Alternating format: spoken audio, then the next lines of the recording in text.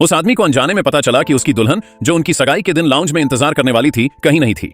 जैसे ही वह उसे ढूंढने के लिए पागलों की तरह बैंक्वेट हॉल में भागा, उसने पाया कि दुल्हन की गेस्ट लिस्ट में उसकी यादगार व्हाइट मूनलाइट, उसकी प्रेमिका का नाम बदल दिया गया था। फिर अपने आसपास रिश्तेदारों और दोस्तों की फुसफुसाहट से उसे एहसास हुआ कि दुल्हन के परिवार का कोई भी सदस्य नहीं आया था।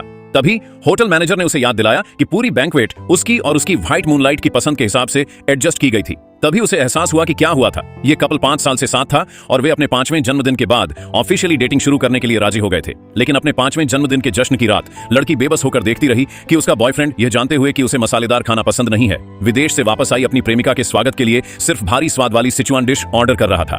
बीमारी का पता चलने के बाद उसने उससे जो वादे किए थे उन्हें याद करते हुए और उस आदमी को देखते हुए जिसका मन पूरी तरह से अपनी प्रेमिका में लगा हुआ था, लड़की को आखिरकार एहसास हुआ कि आज रात की बर्थडे पार्टी में वह एक बाहरी इंसान के अलावा कुछ नहीं थी। अपने खाली घर में वापस आकर लड़की ने चुपचाप मोमबत्तियां बुझा दी। उसके दिल में उम्मीद की एक किरण थी।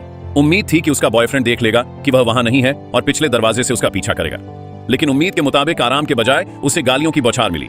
उसके बॉयफ्रेंड का बिना सोचे समझे और भेदभाव वाला व्यवहार हमेशा दूसरी औरत को बचाना उसे अंदर तक हिला देता था। सोशल मीडिया पर उनकी निजी तस्वीरें देखकर वह अपने पुराने प्रेमी के बारे में सोचे बिना नहीं रह सकी, जो हमेशा उसके लिए समर्पित था। वह समझ नहीं पा रही थी कि उसने उससे मिलना कब बंद कर दिया।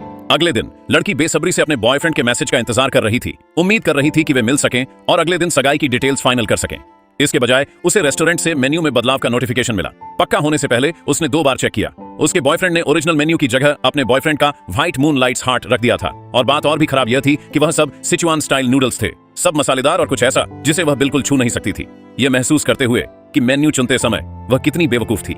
उन दोनों को ध्यान से डिश चुनते हुए देखकर यह साफ था कि वे अपनी शादी की दावत की प्लानिंग कर रहे थे।